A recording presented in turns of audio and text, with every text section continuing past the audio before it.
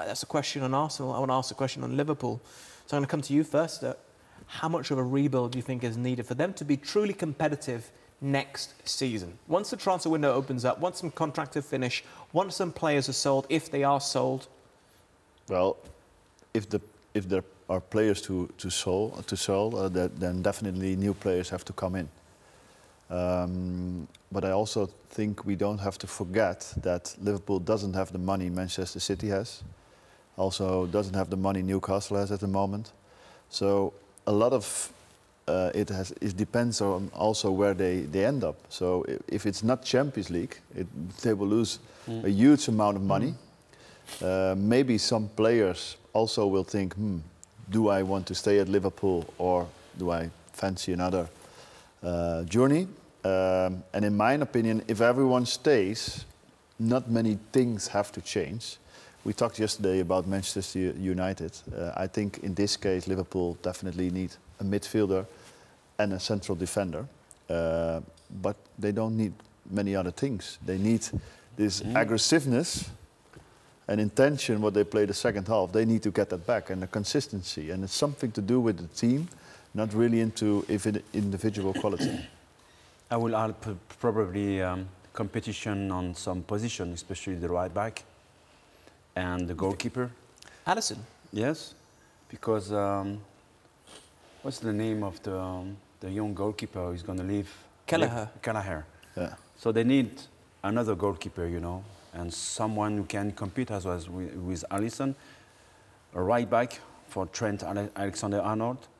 Maybe someone more defensive, more, you know, powerful in terms of security behind, and probably a central defender as well, and some midfield players, because Anderson and Fabinho, they are what, 32, something like that. So with the energy that Klopp wants on the pitch, they need fresh guy.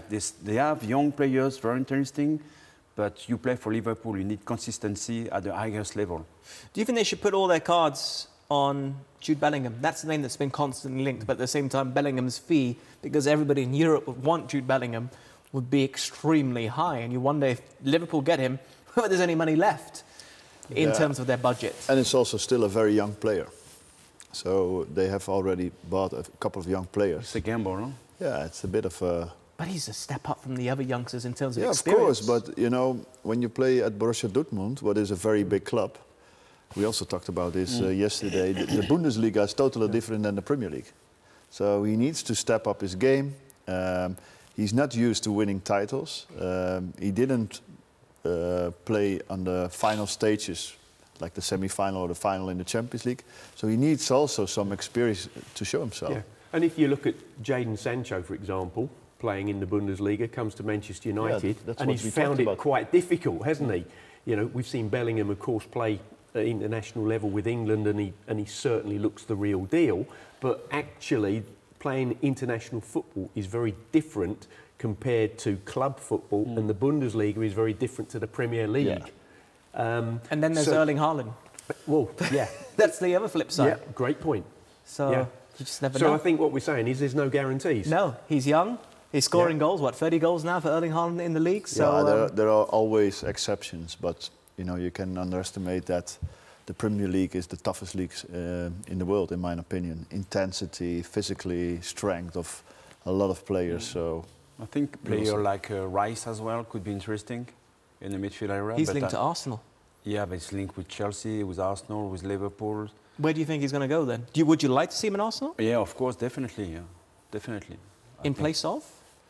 Well, the rotation, because with the Champions League next season, that would be it will be hard, you know, every single 3 days to keep the expectation high. So you need rotation, you know. And I'm pretty sure that I will keep an eye very closely on the Mason Mount's future at Chelsea. You know? Yeah. Because I think they need as well attacking midfielders, Liverpool. They have great strikers, developing actually, but they are missing the link between the midfield and the strikers. That's what you saw today with Firmino coming in, more as a midfielder than actually he's an attacking player. So I agree with you that they're missing, you know, something in between the midfield and attack. All right. Really quickly, who would you like to see at Arsenal apart from Declan Rice?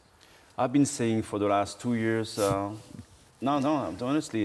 to some people at Arsenal, I love Caicedo and McAllister. And I said it again yesterday here on the TV show. And I've been surprised today in the newspapers that Manchester United wants to buy both of them.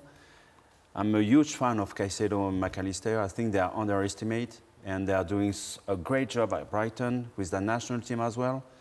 And I think that could be a very good bargain, you know, for Arsenal, because McAllister is very good with the ball.